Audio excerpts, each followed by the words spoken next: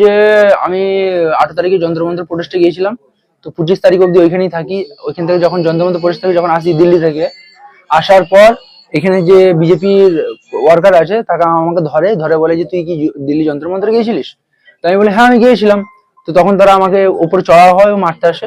তারপর আমি ওটা চলে আসি, ওটা সামলে আমি চলে আসি। আসার পর যখন কিছুদিন কেটে যায়, 13ই আগস্ট, 13ই আগস্টে ওনারা, আমি তখন স্কুল ঠিক করো ক্যাম্পেনের জন্য আমি আমার স্কুলের প্রাথমিক বিদ্যালয় পরিশুন্ডা প্রাথমিক বিদ্যালয়ে জাস্ট পারমিশন নিতে গেছিলাম যে স্কুল ঠিক করো জন্য আমি কি এখানে ভিডিও বা সমস্ত কিছু করতে পারি, কি কি অসুবিধা আছে সেই সম্পর্কিত।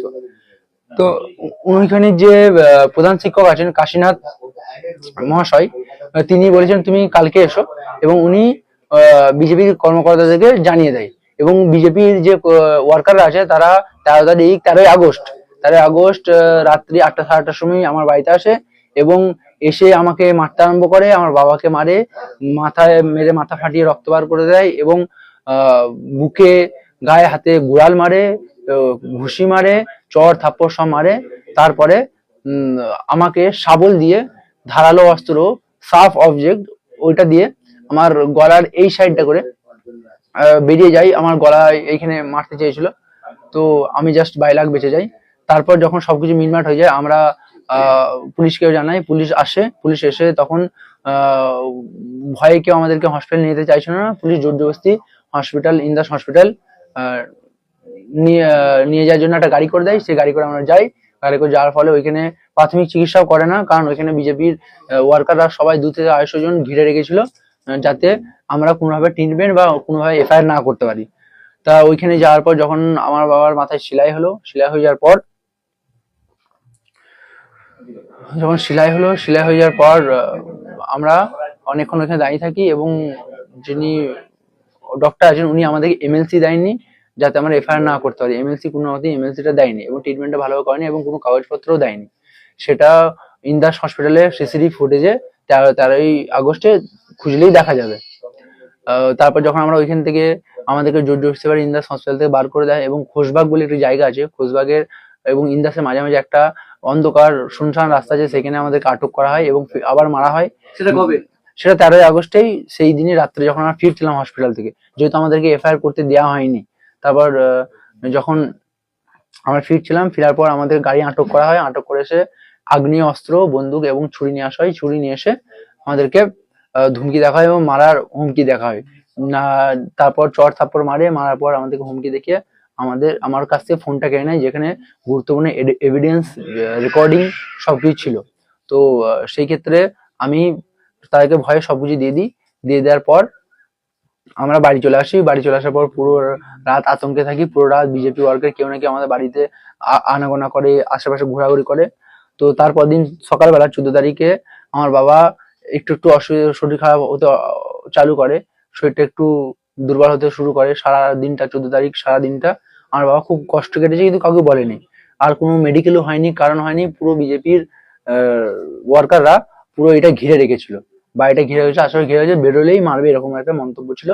এবং যখন ওরা 14 তারিখে 10টা সাড়ে 10টার সময় আমাদের বাড়িতে এলো, এই কারণে যে মিউচুয়াল করতে এলো, যে তোমার ছেলেকে বলো, রিককে বলো, যেটা ফেসবুকে লাইভ ভিডিও করতে, যে নাকি আমার ভুল হয়ে গেছে, এইসব হয়ে গেছে, আমি যেন করিনি। এবং ওরা এটাও উল্লেখ করে যে এমএলএ আমার উপর নাকি, যদি আমরা না তুলি, এমএলএ আমার উপর কেস দিবে, এমপি কেস দিবে এবং শুভেন্দু অধিকারীও আমাকে উপর কেস দিবে। ভিডিওতে বলছে আমার পুরো জীবনটা রিমান্ডে কেটে যাবে। এটা কে বলেছে? এটা ওই শেখ আজাদ, উনি যে বিজেপি ওয়ার্কার আছে, উনি বলেছিলেন। ঠিক আছে, যে বাড়িতে এসে এখানে বসে বলেছিলেন উনি কথাটা। উনি মিউচুয়াল করতে এসেছিলেন যে যাতে আমি ভুল স্বীকার করি। তোমার আমাকে বলি যে আমি অন্যের সামনে মাথা নত করবো না, এবং সেই বলে ওরা চলে যায় এবং হুমকি দিয়ে যায় যে আজকে 14ই আগস্ট 12টার পর নাহলে 6টার পর তোদেরকে জানে মেরে দেবো, এরকম একটা হুমকি দিয়ে যায়।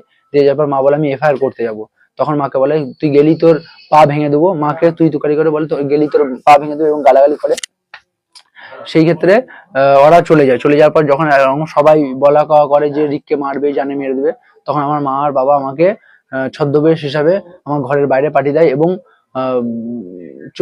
আমি মাঠে হেঁটে 3 ঘন্টা আসতে হেঁটে কতুলপুর আরামবাগ বাস ধরে কতুলপুর যাই, কতুলপুর থেকে আরামবাগ থেকে বাস ধরে তারকেশ্বর থেকে ট্রেন ধরে হাওড়া থেকে মেট্রো ধরে শিয়ালদা, এবং শিয়ালদার আশেপাশে আমি সেফটি গ্রহণ করে আমি থাকি।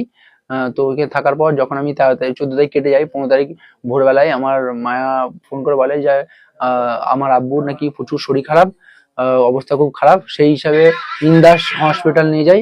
ইন্দাস হসপিটালে গিয়ে ওইখানে ওরা ট্রিটমেন্ট করে না, ওইখানে একটা জাস্ট ইঞ্জেকশন দেয় এবং খুব বুকে ব্যথা করে। তার সত্ত্বেও ডক্টর কেউ ভালোভাবে চিকিৎসা করে না, সে কারণে মা ওনাকে নিয়ে বর্ধমান চলে যায়। প্রায় 9টা থেকে 10টার পর ঢোকার পর ওইখানে চিকিৎসা হতে তো ওইখানে দেরি হয়, এবং 14 তারিখের যখন 15 তারিখে আপনার ওই 8টা 8:30 দিকে, যেদিন দেশ স্বাধীন হয়েছিল, সেই দিনই আমার আব্বু মানে বাবা মারা যায়। তোমার কি মনে হয় তোমার বাবার এই মৃত্যুর জন্য দায়ী কারা? দায়ী যারা, আমার যেসব দুষ্কৃতীরা আমার বাবাকে মেরেছে তারাই। কি জন্য করলে?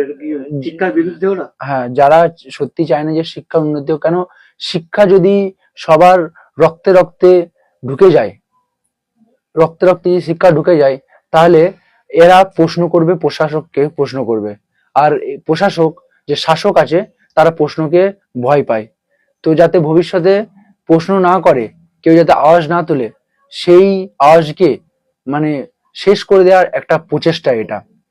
আচ্ছা, এখন তো পুলিশ বলছে যে তোমার বাবার মৃত্যুর কারণ হচ্ছে তোমার বাবার ব্লাড প্রেশার ছিল, সেই কারণে। তোমার বাবার কি কোনো ব্লাড প্রেশারের কোনো ইতিহাস ছিল? না, এরকম কোনো কিছু ছিল না। এখন মনে হয় এই যেটা ওনারা বলেছেন, হয়তো ওনাদের কাছে পোস্টমর্টম রিপোর্ট যেটা আছে, সেটা হয়তো ওনারা অগ্রিম ভাবে পেয়ে গেছে, কিন্তু আমাদের কাছে এরকম কোনো পোস্টমর্টম রিপোর্ট আসেনি। তো পোস্টমর্টম রিপোর্টে দেখা যাক কি হয় না হয়। আর যদি পোস্টমর্টম রিপোর্ট আমাদের কাছে আসে, সেটা আমরা পাবলিক করে দেবো, যাতে পুরো দেশ জানতে পারে যে অ্যাকচুয়ালি কি কারণে গেছে।